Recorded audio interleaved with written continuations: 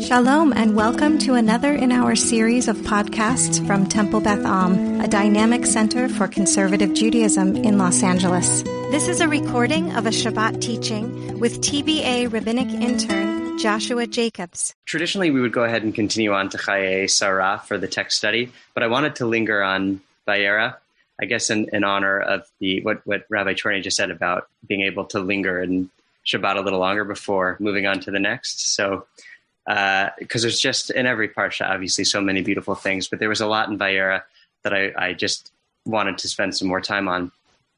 So I titled the text study "Captives on the Carousel of Time," which I'm stealing from Joni Mitchell, but it's okay because that's the first text. So I'm going to read it first, and as I read it, I want you to, if you haven't already read ahead on the sheet to know where I'm going with this, think about what part in Vayera this might be invoking for you. And then I'll go ahead and read the text that I'm thinking about when I read this song from Vayera. And I want to ask you, what connections do you draw from them? So this is from her song, Circle Game. And the chorus goes, "And the seasons, they go round and round, and the painted ponies go up and down. We're captive on the carousel of time. We can't return. We can only look behind from where we came and go round and round and round in the circle game." Are there any guesses as to which moment in Vayera I'm going with this? I'm wondering if Gary. Oh, sorry. Did you raise your hand, Gary? Okay, great. I just couldn't get everything set up. No, it's the whole passage of a life. It's always the change of time, and to me, that's the power of the thing. It's another generation that's ending, for that standpoint. Beautiful. So the Sarah's death, I imagine you're referring to, right? That's what we start with, and the passage of time, Abraham burying his wife, Sarah. Not the part that I was thinking of, but a perfect connection as well.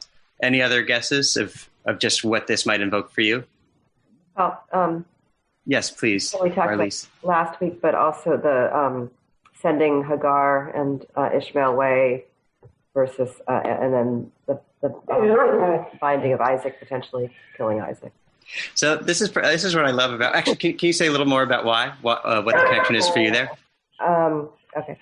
I guess, well, in both cases, it's a son who God is telling Abraham to do something with, that could be seen as not, being, I don't know what you'd say.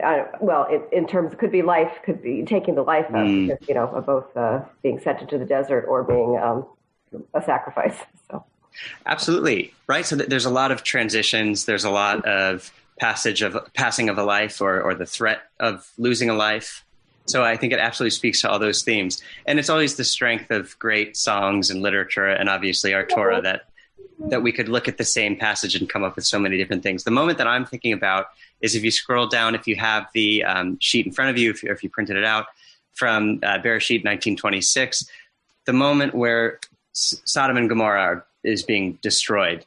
And before this happens, the angels who are sent by God tell Lot and his wife and family as they're escaping, don't look back. When you run, when you escape, flee from the destruction, right? Abraham negotiates with God beforehand. If you find, all the way down to, if you find 10 good people, I won't destroy it for the sake of the 10. And that's still an impossible task. But God allows Abraham to save his nephew Lot and his family. The angels say to Lot and his family, as you'll run and flee, but don't look back, just go. And Lot's wife looks back and is turned into a pillar of salt. It says, Lot's wife looked back and she thereupon turned into a pillar of salt. V'tabet ishto ma'acharav v'tehi nitziv melach.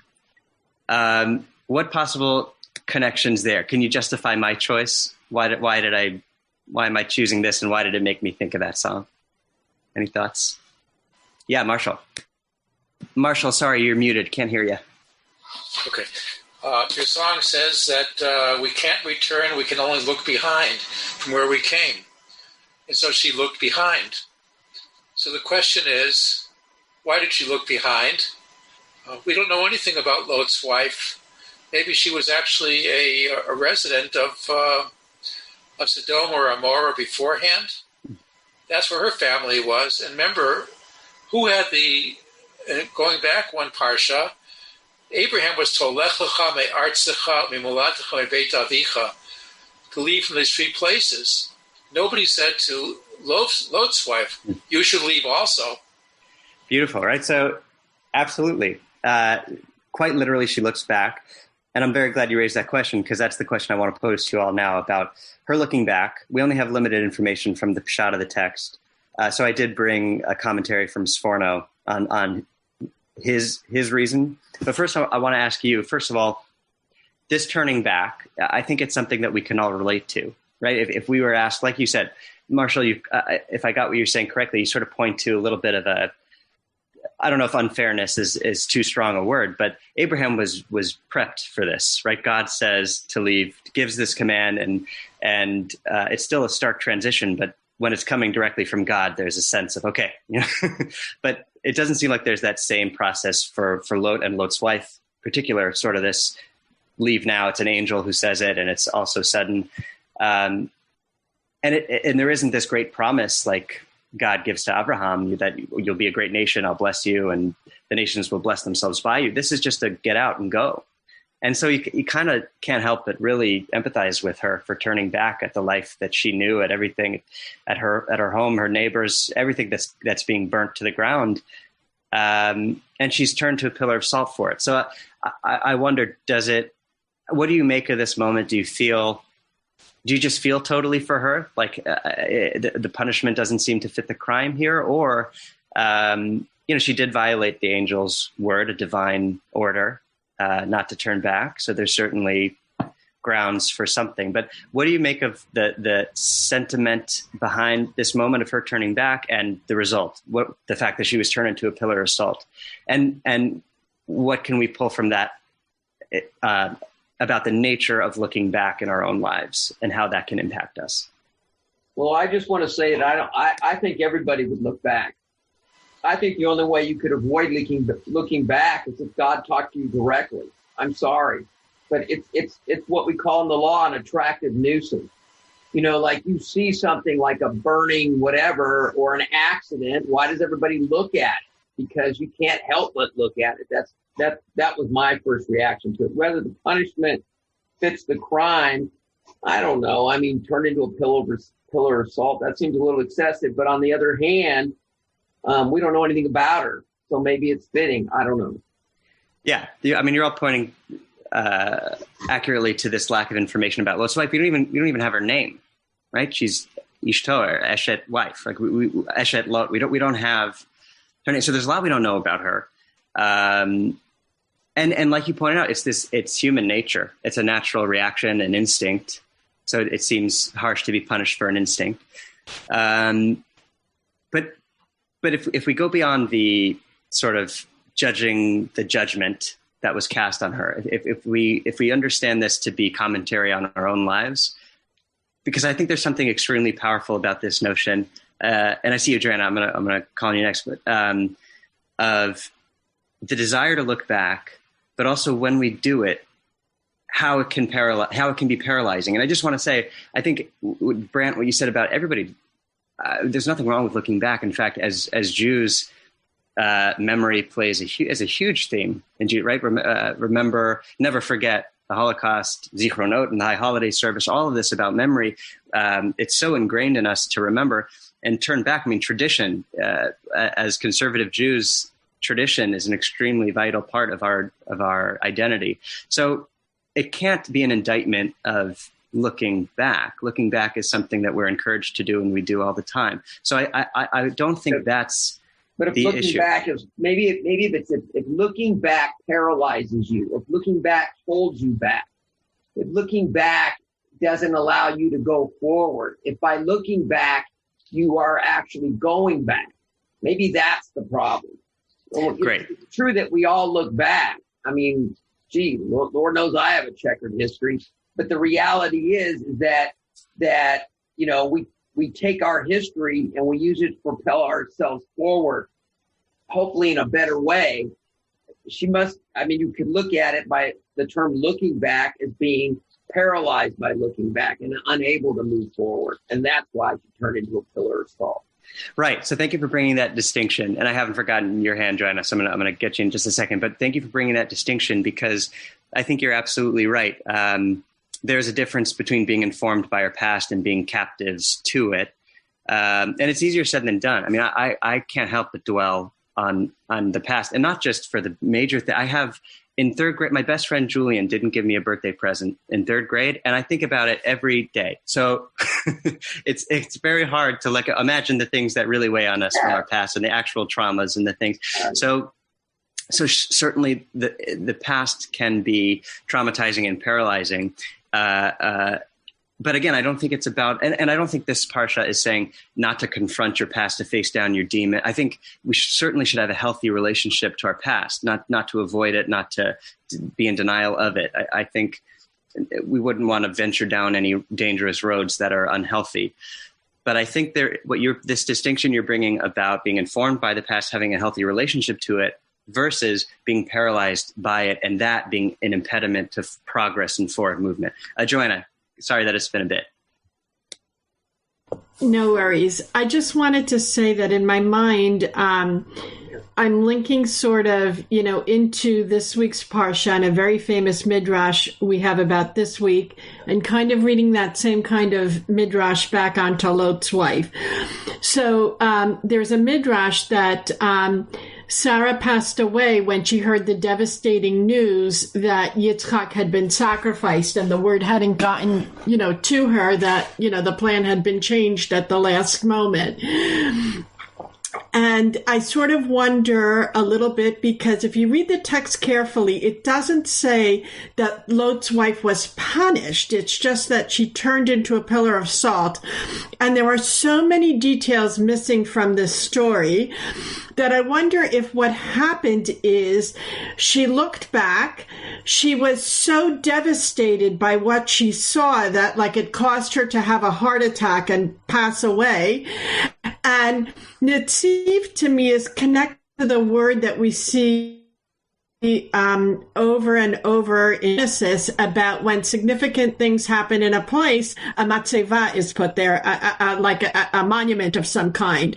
And so if the fact that she turned into a Netziv Melech wasn't necessarily the punishment, but it was a monument to remember this event that happened in this place. Wow. Thank you. Yeah, that actually, I had a visceral reaction to that, it gave me chills, because absolutely, Nitzavim, right, a Metzav, and that link to history too. You not only tied it to Chaye Sarah, but also to this theme of the past, that she became a representative of the past too. I don't know if you're going there with that, but to become a monument, she herself is a symbol of being frozen in time, or of the past. She becomes the past in a way, or something to commemorate what happened, or the past, that moment. There was a lot in what you just said, and I want to unpack all of it, and I want to give everybody a chance to address and respond to it, but I want to add Sforno's commentary to it, because I think this is also a very good segue to it. So Sforno agrees with all of you, saying that, and Ramban also agrees that it doesn't seem like it's a punishment, right? You were saying nowhere does it say it's a punishment. Ramban and Sforno agree. They don't think it's a punishment either. Sforno says, the evil would catch up with you as soon as you interrupt your march away from it. This is precisely what happened to his wife when she ignored the instructions and looked behind. So I'm going to read that one more time. The evil would catch up with you as soon as you interrupt your march away from it. So I just want to open it up now for responses to what Joanna said, to what Brant said right before that, and to this, what Sforno is bringing to the conversation here. So Sforno's not saying it's a punishment. That's clear. Right? He's saying this is the natural process of whatever happened to Sodom and Gomorrah. And if you cease your forward movement away, you're going to get caught up in it if you don't follow the instructions. But it's not because you turned back. It's just that natural process of destroying this city is going to get you. Exactly right. I mean, I think the movie version of this is Indiana Jones, right? And he goes back for his hat, but basically there's if you slow down, it'll overtake you. So I think there's a little bit of that action movie, but if you go deeper, I think there's real commentary on our relationship to the past and its effect on us. That I don't think it's saying not to confront your past, not to have a healthy relationship to it, not to have memory be a big part of your life and even your everyday. But this idea that if you allow it to interrupt your march forward, how it can be paralyzing and how it can overtake you. Isn't that what post-traumatic stress disorder is for soldiers in a certain sense? That they're exposed to such trauma that they can't move forward, and they without like severe intervention and therapies and stuff, that they constantly reliving the past, their past combat experiences, and they can't actually get forward in life. It just comes back and haunts them, a noise, a sound, Isn't that what we've come to understand about battle fatigue and stuff like that? I think so. I mean, obviously not an expert in that, but I think that's a great example to bring. Also, what I hear you saying too is like, yeah, easier said than done too, right? Like for so many people, it's really not a choice of this, like, oh, they're getting caught up in like that. You suffer a trauma like that, or suffer mental illness as a result of that. It's easier said than done to not let your past interrupt your forward movement. So thank you. That thickens and deepens the conversation, because I don't mean to suggest, just keep marching on. I mean, it truly more easier said than done. But at the same time, I do think that looking at this moment that way does offer a lot of inspiration about how we choose to march on uninterrupted by the evils of our past. That's not to say not informed by or having grown as a result of encountering the evils of the past, but to not be captive to it, if that's possible, insofar as that's possible. At least that's what I'm gleaning from it. I want to give you one more text, and then we'll continue on with Mariv. But in addition to the song, there was another moment from literature that the pasuk evoked for me, which is from The Catcher in the Rye. At the very end, Holden takes Phoebe to the zoo, his little sister to the zoo, and then after that to this merry-go-round, to Carousel. And he's just watching her on the carousel with all the other kids. And if you remember, Holden, his purpose, he shares with us earlier in the book, that all he wants to do is be the catcher in the rye, that he wants to save kids from falling off the cliff into adulthood, into a world of phonies, into a world where, in the book, it's